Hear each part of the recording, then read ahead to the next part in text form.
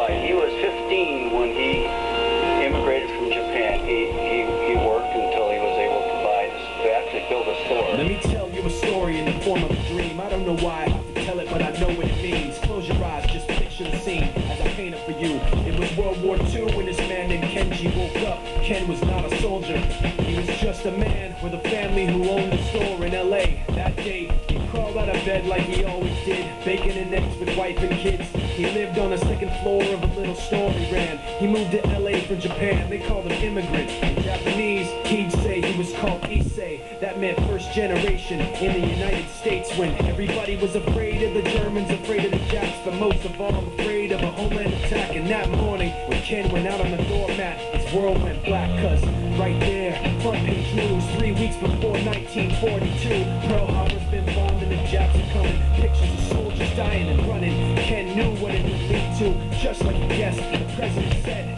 the evil Japanese in our home country would be locked away.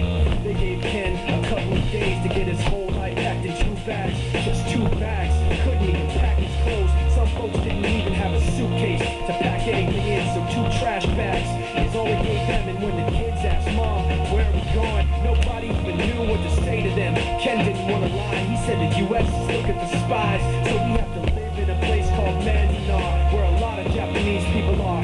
Stop it, don't look at the gunmen. You don't want to get the soldiers wondering if you're gonna run or not, because if you run then you might get shot. Other than that, try not to think about it. Try not to worry about it being so crowded. But someday we'll get out. Someday.